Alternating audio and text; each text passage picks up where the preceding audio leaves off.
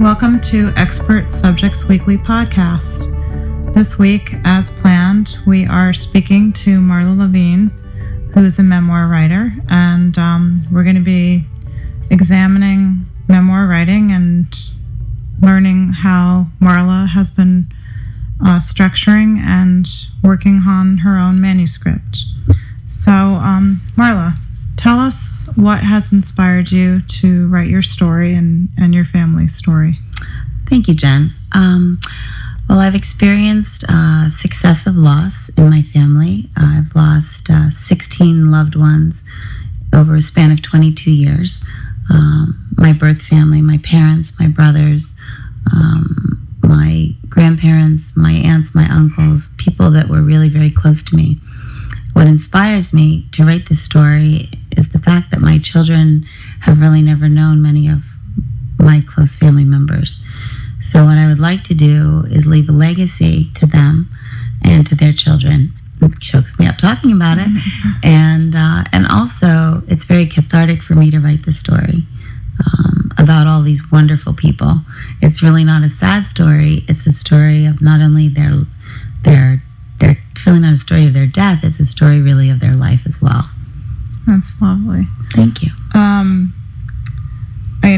know you well. Yes. We were in a writers group together Yes. and have read and critiqued each other's writing for years. You've inspired me to write this story, as you know. And knowing about your journey, and knowing about the people that you've loved and lost, and reading this tribute to your family is really important. I think you're keeping their memories vibrant beyond your own head and your own heart. And thank you. For your daughters and your nieces and your nephews and all the unborn children yet to come into your life and delight you. Yes. So, secondly, I feel that you feel it somewhat of a mission to help other people Absolutely. With their grieving process. Yes. And I know that you have done a lot of studying about grief. Yes. And so can you tell me, with these things in mind, how you plan to structure your book or the different phases of structuring your book that you've... Yes, absolutely. One thing that everyone should know is that in writing such a personal story, it takes many different shapes. Initially, I just thought, write my story. And as I was advised in our writers group, write your earliest memory and just start writing. Great advice that you personally have given me. And it started there. And then I thought, okay, a chapter for each person that I've lost. And that didn't feel quite right either. Then it became, well, maybe a book just on my family, and then another book on my extended family. And that didn't feel quite right. And then I noticed that one of my missions wasn't really getting through, which was helping others through this process. Because what I'm most proud of is that I'm still here. That, you can lose so many people that really were your living yardsticks of right and wrong and how to love, and they're gone. So I want other people to know that you can get through this process, and I want to help people figure out how to do so. So how do I do that and still write the story? And then I second guess, well, do people want to hear my story?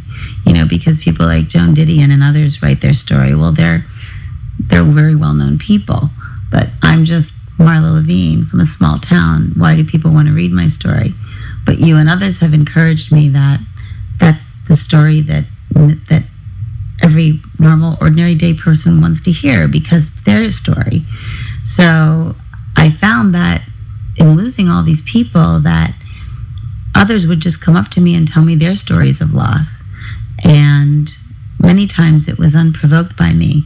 So what I'm dealing with now is a new structure, which is hopefully trying to interview others on their losses, whether it's a loss of a sibling, a wife, a husband, and then weaving in my story and then ways that they can get through it, and weaving in also the research I've done on how it affects them day to day so that they don't feel so lost in their struggles.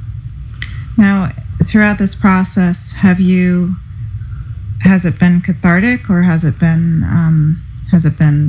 painful? Both. Yeah. It's been very cathartic.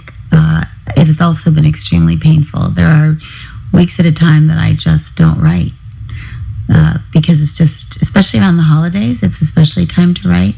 Hard to write because it's such a raw time for me.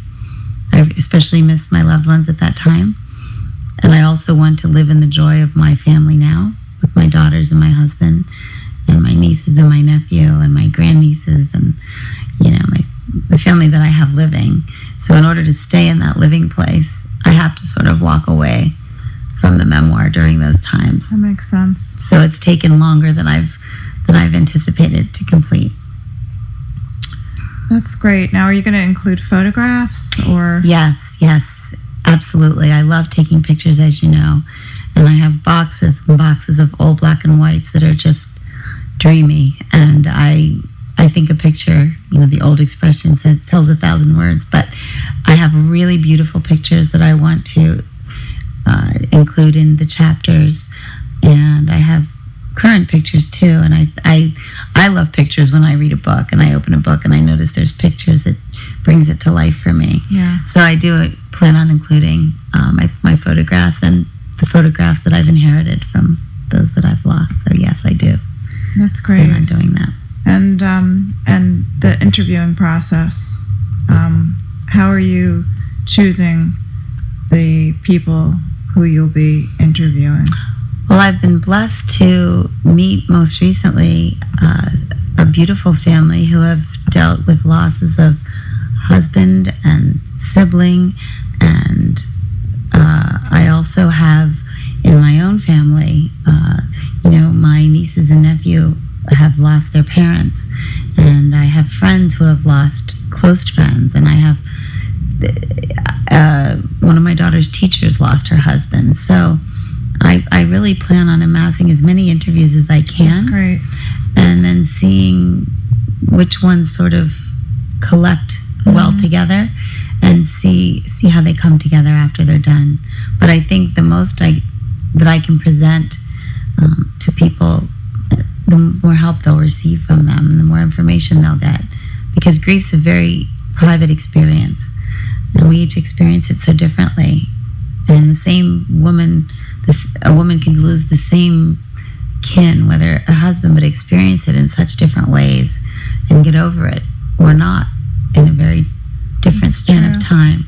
And even one person will grieve in a different way each time a different person is lost. Absolutely. And there's also the topic of living loss, when family members become, estranged or don't speak for years at a time.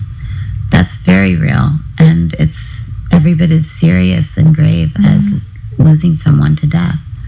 So the book will also cover that as well. That's wonderful. I wish you much success. Thank you, Jen. And I look forward to reading it along the way. Thank you. And I can't wait to see it in print. Thank you, Jennifer. Thanks for all your help along this journey. And thank you for the interview. It's been my pleasure. Until next week, Expert Subjects signing off.